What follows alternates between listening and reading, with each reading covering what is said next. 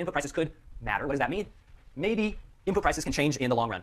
As more people enter, more firms enter, quantity produced goes up. In order for quantity produced to go up, somebody's got to supply the inputs to produce that additional quantity. For instance, if Boeing all of a sudden gets more competition, a bunch more firms enter and start producing airplanes, then somebody has got to produce the inputs to airplanes, the steel and all other things you need to produce airplanes. Perhaps if they all of a sudden have to build new plants to produce that steel, then maybe they're going to charge higher input prices. So input prices may not be fixed, which we treated them as fixed from now previously, okay? And there's two ways that output could increase here. First, you can have increased output by firm. So holding the number of firms constant, you can have each firm producing more. Now this, importantly, this can happen in the short run too, right? So this can also happen in short run. Okay. Now, another way that quantity can increase in the long run, which is different, is a different margin, meaning you can have an increase in the number of firms. Okay. So firms can enter, firms can exit. This can increase the aggregate quantity produced by the market. Okay. So this is unique to the long run. All right. Okay. So what's the long run supply curve look like? It turns out if a few things hold, the long run supply curve is just a flat line at the firm's minimum average cost. Okay. And those things that have to hold is the following. You have to have free entry and exit. So firms can enter and exit without any cost. It's trivially easy to enter and exit in the long run. An example of this might be, my wife is from the Philippines, and they have these people in a certain spot who sell corn on the street, corn that's already boiled.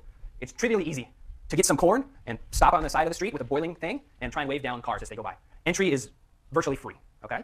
That maybe explains why there's like 35 people selling corn along the side of the street as you drive by. Okay. It's really easy to enter. The second is that the firms have the same cost. Unlimited number of firms, they all have identical costs. And then third, input prices are constant, meaning input prices don't depend on output. So these three conditions give you a long-run market supply curve that's flat. Okay, so we can draw that out. Let's think about drawing it out. All right. Okay. I guess to answer to the previous question, the reason I picked 2 and 4 is Max seems to like 2 and 4. This is his anchoring point here. So let's call this P1, and then this one Q1. Okay. All right. So just in a single firm in the long run, you have a average cost that looks like this, okay? And then the trick is to make this thing look like a line that I've learned on the fly. Okay, so let's call this P1, and then again over here, Q1. Okay, this is the market graph. So we have average cost, marginal cost. So remember the firm's supply is just the marginal cost curve above the average cost curve. And based on the previous graph, what does the market supply look like? It looks like this, okay? That's pretty close to a straight line, all right? So there's many firms in this industry. The first firm is going to produce Q1. And this is 2Q1, right? So this is production by firm 1, and this is production by firm 2. So why? There's got to be some logic as to why the long-run supply curve in the perfectly competitive industry is flat like this, okay? Here it is. Remember, and this is a tiny bit tricky, I guess, a tiny bit subtle. Remember, this is the individual firm supply curve, marginal cost curve. What if price were higher than P1? Is the firm making any profit? Yes or no? If price is higher than P1, prices say here. Is the firm making a profit? Yeah, right? Price is higher than average cost. The profit, I'm not going to draw it, but it would just be a rectangle that would go here, down to average cost, and over. That would be the profit. So remember, there's free entry and exit. It's trivially easy to get some more corn and sell it on the side. So since somebody is making profit, somebody else says, hey, there's an opportunity to make some money here. They get some corn and they start selling it. What happens? So another firm enters. What would the market supply curve look like? It shifts out, right? And if the supply curve shifts out, what happens to price? Goes down, right? So now profits have declined, okay? If there's still more profits, another guy says, still some profits to be made. Get some corn, start selling it. Supply shifts out, price goes down, and this happens all the way until there's no more profits to be made, okay? So that's sort of the logic as to why we're just wiping away all the profits in this perfectly competitive industry. I think my one observation of the corn dealers in the Philippines is true. I think they make nothing. But this generates this long-run market supply that's totally flat. Okay. So the key takeaway, I guess, is that this is flat at minimum. That's probably not the best minimum. Looks more like minimum average variable cost. Okay. So new entrants are just bidding away profits.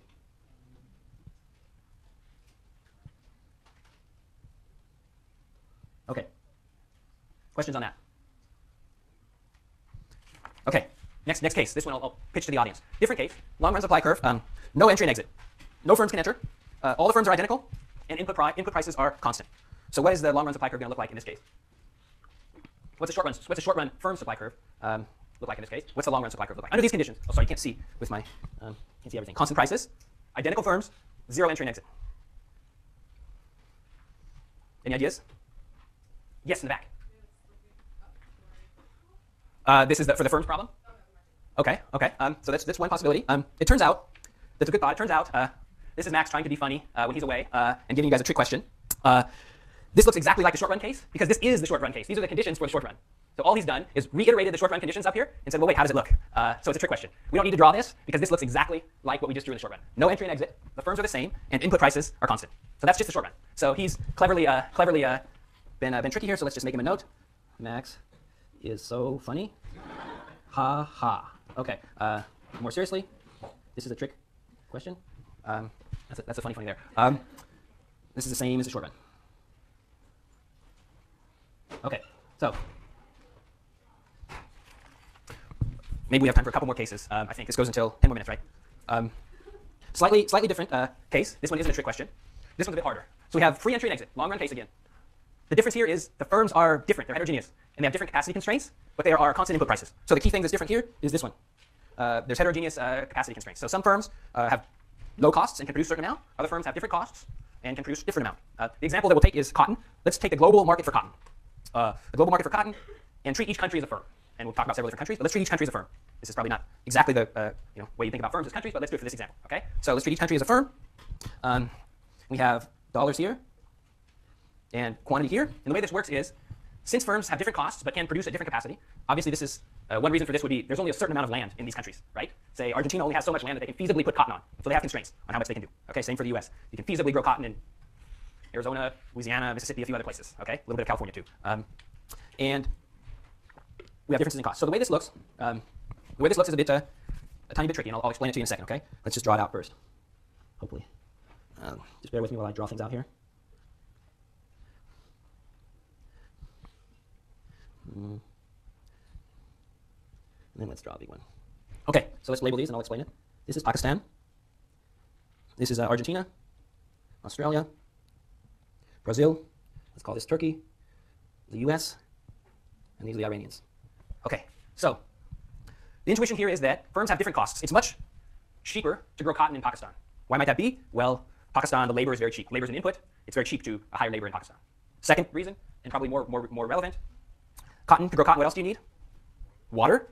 Pakistan, maybe some of you are familiar with, has these wells. They get underwater, groundwater from under the ground, and there's abundant wells to draw up water to grow cotton. Okay, so it's at least if those are true facts that I've just given, which maybe they are, maybe they aren't. I hope they are. Pakistan is really cheap to grow cotton. Okay, so Pakistan is going to produce as much as it can up to its minimum average cost. Okay, and hit its capacity constraint. Okay, so Pakistan can do this much at this cost here. Okay, then comes who's next? Argentina. Australia, Brazil, Turkey, US, and Iran. So the same thing, okay? It's a bit expensive in the US. Maybe labor, labor's probably quite costly in the US. You have to pay some minimum wages for the people to work on the cotton farm. If you rent machines, it's probably quite costly in Louisiana or something like that, okay? So we have this step function-like supply curve, okay, in the long run. Now, this is a good time to think about global politics, if you will. So let's say the demand curve looks like this. Okay. Now, you often read in the news different things about subsidies and why some countries might get upset with domestic policies in other countries.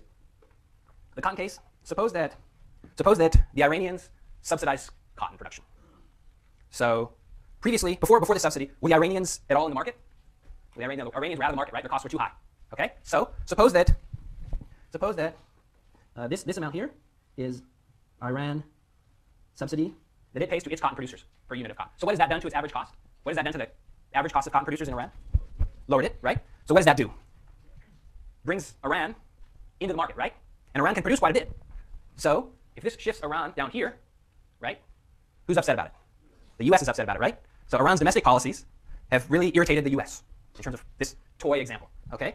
So Iran subsidy kicks US out of market. So this is why you read, people are all upset about these things. Another example is sugar producers, US sugar producers. All the other countries who produce sugar much cheaper than the US are not too happy with all the subsidies that the US pumps to its sugar producers. Okay, because this just artificially lowers their cost. All right? Okay, so how about the Pakistanis? Are the Pakistanis upset about this subsidy? Well, it doesn't kick them out of the market, right? But what might it do? Lower the price. So they may be a little bit upset. I mean, maybe not a lot. The price used to be here, and now maybe it goes down a teeny bit. So maybe the Pakistanis are a little bit upset, but not a huge amount. Okay? Okay. So there's just a few minutes left. this one. Disclaimer, I'm told to tell you, which this is probably the most important thing that I've said in this wonderful lecture, is this will not be on the exam. So for those of you who are strategic, you write in your notes, not on exam. But don't all go to the door just yet. This is a case where the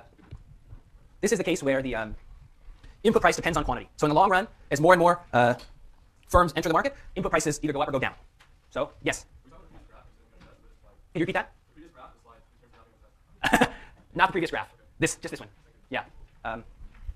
So a couple things can happen. One, the price of the input rises as output increases. This is the case I gave. The companies have to build more plants to produce the steel for Boeing and its competitors. In this case, we can actually have a long run supply curve that slopes up. And then the reverse is true if it's a decreasing price market. If you get quantity discounts. Okay. So all right. So I'm going to leave it here, and Max will pick up when he gets back. Oh, stop. I've almost forgotten. Very important. Very important. If you requested a regraded exam, they're here in this envelope, and she will hand them out to you in the appropriate way. Fiona and Walter will. So don't go to me. Don't go to me. I know nothing about exams, thankfully. If you have one of these regrades, they will give them to you. Okay.